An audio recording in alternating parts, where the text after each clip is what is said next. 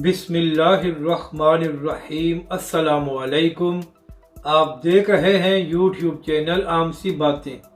धांधली कबूल नहीं है, कराची में धरने का ऐलान, तहरीक लब्बैक के अमीर का अहम बयान सामने आ गया।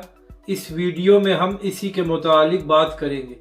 नाज़रीन कराम, पहले हम बात करते हैं जो पिछले 2 दिन से खबर सामने आ रही है कि चौधरी परवेज़ इलाही साहब और काफ लीग के बहुत से लोग पीटीआई में शामिल होने जा रहे हैं।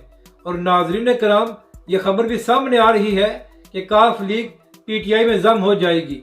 तो यहाँ पर मेरा सवाल इमरान खान साहब से है कि खान साहब, आप फरमाया करते थे कि चौधरी परवेज़ इलाही साहब पंजाब के सबसे बड़े डाकू हैं, तो अब क्या वजह बनी है कि जिस शख्स को आप पंजाब का सबसे बड़ा डाकू कहा करते थे उसी को अपनी जमात में शामिल कर रहे हैं? तो इमरान खान साहब, अब आपके असूल कहाँ गए हैं? और दूसरी जानब वो सहाफ़ी जो बहाने तलाश करके तहरीक लब्बैक पाकिस्तान पर तनकीद किया करते हैं, क्या वो इमरान खान से कोई सवाल करेंगे? और ख़ास तौर पर नादिर बलोच साहब जो अक्सर तहरीक लब्बैक के सरबराह अल्लामा साद हुसैन रिज़वी से सवालात करते रहते हैं, तो क्या नादिर बलोच साहब आप हिम्मत करके इमरान खान से सवाल करेंगे कि जिस शख्स को आप पंजाब का सबसे बड़ा डाकू कहा करते थे उसी को अपनी जमात में क्यों शामिल कर रहे हैं? या नादिर बलोच साहब, आपके सारे सवालात और सारी तनकीद सिर्फ तहरीक लब्बैक पाकिस्तान और अल्लामा साद हुसैन रिज़वी के लिए होती है? तो नाज़रीन करम, अब बात करते हैं जो कराची के बल्दियाती इंतखाबात के नताइज सामने आए हैं। कराची के बल्दियाती इंतखाबात के नताइज तो सामने आ गए हैं, मगर पीपल्स पार्टी के अलावा किसी सियासी जमात ने इन नताइज को तस्लीम नहीं किया और सब यही इल्ज़ाम लगा रहे हैं कि धांधली करके पीपल्स पार्टी को जिताया गया है।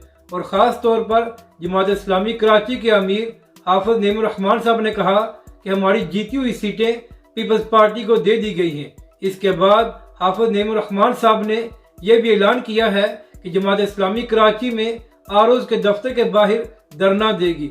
जबकि दूसरी जानब तहरीक लब्बैक कराची के अमीर मुफ्ती कासिम फ़खरी साहब ने कहा है कि हम धांधली ज़दा बल्दियाती इंतखाबात को तस्लीम नहीं करते और ना ही इन नताइज को तस्लीम करते हैं। मुफ्ती कासिम फ़खरी साहब ने कहा है कि हमेशा की तरह हमारे साथ धांधली की गई है और हमारे वोटों पर डाका डाला गया है।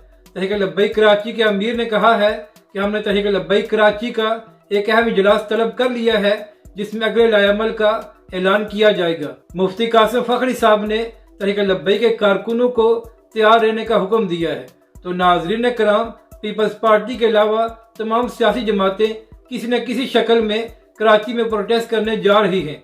तो यहाँ पर अहम बात यह है कि जो इलेक्शन कमीशन सिर्फ 2 शहरों में बल्दियाती इंतखाबात शफाफ नहीं करा सका, तो फिर वही इलेक्शन कमीशन पूरे पाकिस्तान में किस तरह आम इंतखाबात शफाफ कराएगा?